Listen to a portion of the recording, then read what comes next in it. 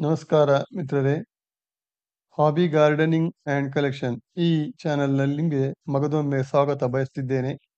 ಮಿತ್ರರೇ, ನಾನು ಇವತ್ತು ಜೋಳ ಇದರ ಬಗ್ಗೆ ಮಾಹಿತಿ ಒದಗಿಸಲಿದ್ದು, ಇದು ಭಾರತದ ಪ್ರಮುಖ ಆಹಾರ ಧಾನ್ಯಗಳಲ್ಲಿ 3ನೇ ಸ್ಥಾನದಲ್ಲಿದ್ದು, ಇದನ್ನು ಆಹಾರದ ಬೆಳೆಯ ಒಟ್ಟಿಗೆ ಕೋಳಿ ಮತ್ತು ಇತರ ಎಲ್ಲ ಪ್ರಾಣಿಗಳ ಮೇವು ತಯಾರಿಕೆಯಲ್ಲಿ ಪ್ರಮುಖವಾದ ಪಾತ್ರ ವಹಿಸುತ್ತದೆ. ನಮ್ಮ ದೇಶದಲ್ಲಿ ಸುಮಾರು 10 ದಶಲಕ್ಷ ಹೆಕ್ಟೇರ್ ಪ್ರದೇಶದಲ್ಲಿ ಸುಮಾರು 15 ದಶಲಕ್ಷ ಟನ್ ಜೋಳವನ್ನು ವಾರ್ಷಿಕವಾಗಿ ಉತ್ಪಾದಿಸಲಾಗ್ತದೆ. ಇದನ್ನು ಮುಖ್ಯವಾಗಿ ಮುಂಗಾರು ಮತ್ತು ಹಿಂಗಾರು ಬೆಳೆಗಳಾಗಿ 2 ಬೆಳೆ ಬೆಳೆಸಲಾಗ್ತದೆ.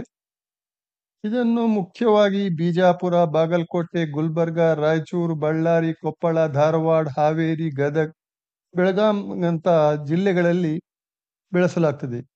ಇಲ್ಲಿ ತಳಿಗಳ ಬಗ್ಗೆ ಹೇಳಬೇಕಂದ್ರೆ M35-1, CSH1, CHS5, CHS10, CHS11, CSH16, CHS15 ಮತ್ತು SPV 420, 462 ಬಹು ಮುಖ್ಯವಾಗಿರುತ್ತದೆ.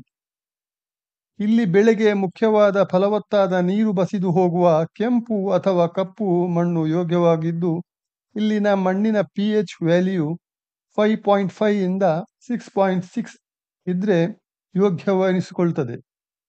ಇಲ್ಲಿ ಮುಂಗಾರು ಬೆಳೆಯಲ್ಲಿ ಮೇ ತಿಂಗಳ ಕೊನೆಯಲ್ಲಿ ಆರಂಭವಾಗ್ತದೆ. ಹಾಗೆಯೇ ಹಿಂಗಾರು ಬೆಳೆಯನ್ನು ಸೆಪ್ಟೆಂಬರ್ ಮಧ್ಯಭಾಗದಿಂದ ಅಕ್ಟೋಬರ್ ಕೊನೆಯವರೆಗೆ ಆರಂಭಿಸಲಾಗ್ತದೆ. ಈ ಬೆಳೆಯಲ್ಲಿ ಮುಂಗಾರು ಮತ್ತು ಹಿಂಗಾರು ಬೆಳೆಗಳೆರಡರಲ್ಲಿಯೂ ಆಯಾ ಪ್ರದೇಶದ ರೈತರು ಏಕಕಾಲದಲ್ಲಿ ಆರಂಭಿಸುವುದು ಸೂಕ್ತವೆನಿಸುತ್ತದೆ.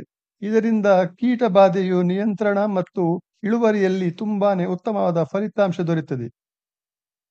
ಮಳೆ ಆಶ್ರಯಿತ ಮುಂಗಾರು ಬೆಳೆಯಲ್ಲಿ ಈ ಬೆಳೆಯೊಂದಿಗೆ ಮಿಶ್ರ ಬೆಳೆಯಾಗಿ ತೊಗರಿ ಮತ್ತು ಶೇಂಗಾವನ್ನು ಬೆಳೆಸಲಾಗ್ತದೆ.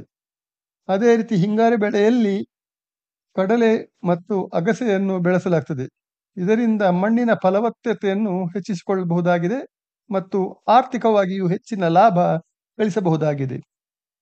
ಇದೊಂದು ಜೋಳ ಕೃಷಿಯ ಬಗ್ಗೆ ಸಂಕ್ಷಿಪ್ತವಾದ ಸರಳವಾದ ಮಾಹಿತಿಯಾಗಿದ್ದು, ಇನ್ನು ಹೆಚ್ಚಿನ ಮಾಹಿತಿಯ ಅಗತ್ಯವೆನಿಸಿದಲ್ಲಿ ಕಮೆಂಟ್ ಮಾಡಿ. ಹೆಚ್ಚಿನ ವಿವರಗಳೊಂದಿಗೆ ಇನ್ನೊಂದು ವಿಡಿಯೋವನ್ನು ಮಾಡಲಾಗುವುದು. ಮಾಹಿತಿ ಅರ್ಥಪೂರ್ಣವೆನಿಸಿದಲ್ಲಿ ಲೈಕ್ ಮಾಡಿ ಮತ್ತು ಶೇರ್ ಮಾಡಿ. ಹಾಗೆಯೇ ನಮ್ಮ ಚಾನಲ್ ಅನ್ನು ಉತ್ತೇಜಿಸಲು ಸಬ್ಸ್ಕ್ರೈಬ್ ಮಾಡಲು ಮರೆಯಬೇಡಿ. ವಿಡಿಯೋ ಆಲಿಸಿದ್ದಕ್ಕೆ ಧನ್ಯವಾದಗಳು. Thank you very much.